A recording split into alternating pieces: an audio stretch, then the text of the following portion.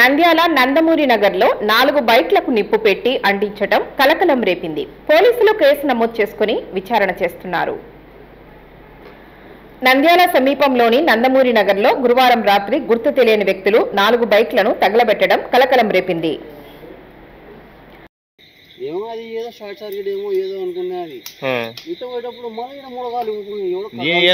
నిప్పు అని చెప్పి చూస్తుంటే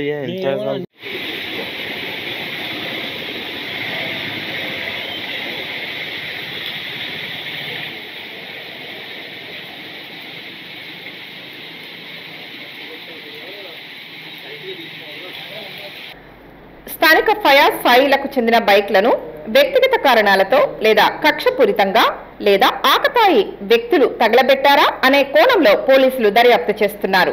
బైక్లపై పెట్రోల్ పోసి తగలబెట్టినట్లు సమాచారం. బైక్లను తగలబెట్టడంతో స్థానిక ప్రజలు ఆందోళనలో ఉన్నారు. పోలీసులు విచారించి కఠిన చర్యలు తీసుకోవాలని స్థానికులు కోరుతున్నారు.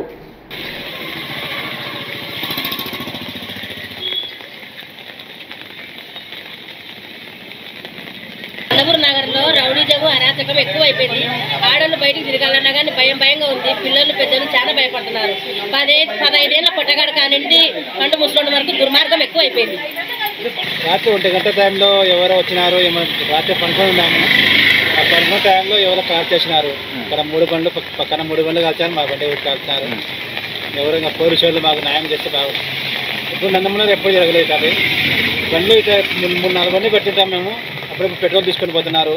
ఒక ఆటో ఉంది, ఆటో వాళ్ళది డీజిల్ తీసుకుంటున్నారు. దొంగతనాలు ఎక్కువైపోయినాయి. ఈ బండ్లు కాల్చడమే ఎప్పుడు స్టార్ట్ అవుతుంది. ఇక్కడ స్టేషన్ కూడా ఉంటే మాకు బాగుంటుంది సార్. సెక్యూరిటీగా ఉంటుంది.